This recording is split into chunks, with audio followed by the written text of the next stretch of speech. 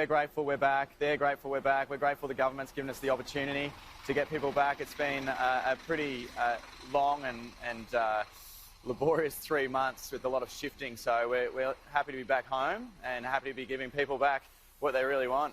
We're just seeing some vision, Mark, of your gym this morning. I believe it opened at 6 a.m, so everyone's straight back into it. Talk us through what you did do over the 3 months, because you, like a lot of other businesses, had some great response with online gyms. Yeah, I think, most of our industry shifted online. We try to do things a little bit differently. We essentially created, if you can imagine, like an on-demand Netflix channel, which we've still got, and what we wanted out of this was to create something which was lasting. And again, we were lucky and grateful that our members came on board with that and kept us going, and we were able to help our members stay fit and healthy and happy, and keep their mindset strong at home as well. And so we call it ISO Train, and so branded around the isolation training. And it worked really well, and it's something we're going to continue. And so, and now our members have actually got access to that still. So when they can't make it up to the gym, they can still train from anywhere they are in the world.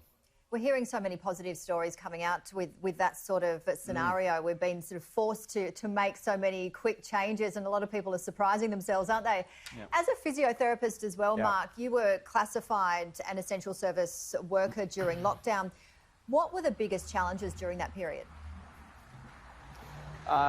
Look, just the changing and not knowing what was coming next, it was quite amazing. Every time we got a new announcement from ScoMo, it was like someone threw a hand grenade in our diaries, and the fear that was surrounding that and the uncertainty. And so we had to shift, like a lot of our other colleagues and businesses, and change all our practices.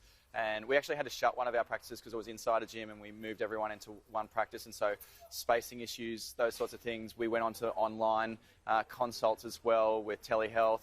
We picked up a whole lot of new corporate health work as well. And so getting our heads around technology, which I don't think is our strong suit in health. And so I'm a bit more savvy on IT than I once was. And as a physio as well, Mark, anything new or different your patients required while in isolation?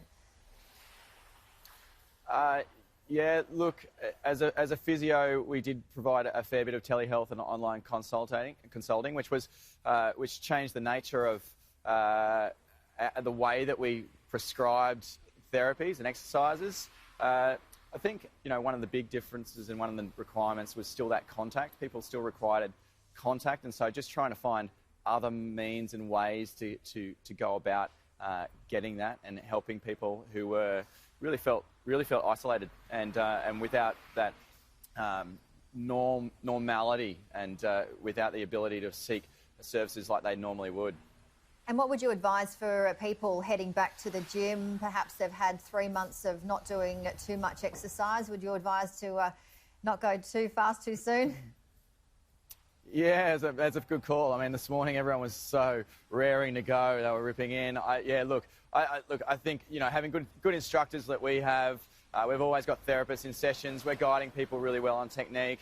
I think for people, just being prepared, making sure, don't forget your towel, making sure you're remembering that, to respect everyone else's space and distance, and in terms of, getting back into that load, making sure that you're using good technique and just taking things a little bit slower. Don't go back to where you were when you left, and build up over the next coming, weeks to months. Yeah, absolutely. And, there is talk of a potential second wave. That's what we're hearing, potentially. Sure. What have you got in plan? I know you mentioned that you're going to continue your online classes. Yeah, we're set up now. We've gone through the phases of adapting, and I think if it goes again, we're ready just to turn on any of the things that we need to, and we'll turn up the online and live training, and that's easy for us now.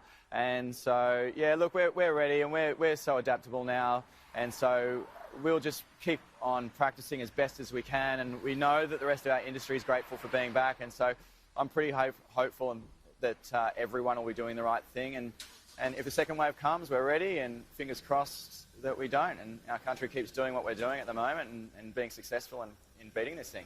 Well, you certainly sound like you've adapted extremely well. Mark Mitchell, thank you so much. Physiotherapist and co-founder at eLab Training in Sydney. Thanks for joining us, and good luck over the weekend for the start of everyone heading back to the gym.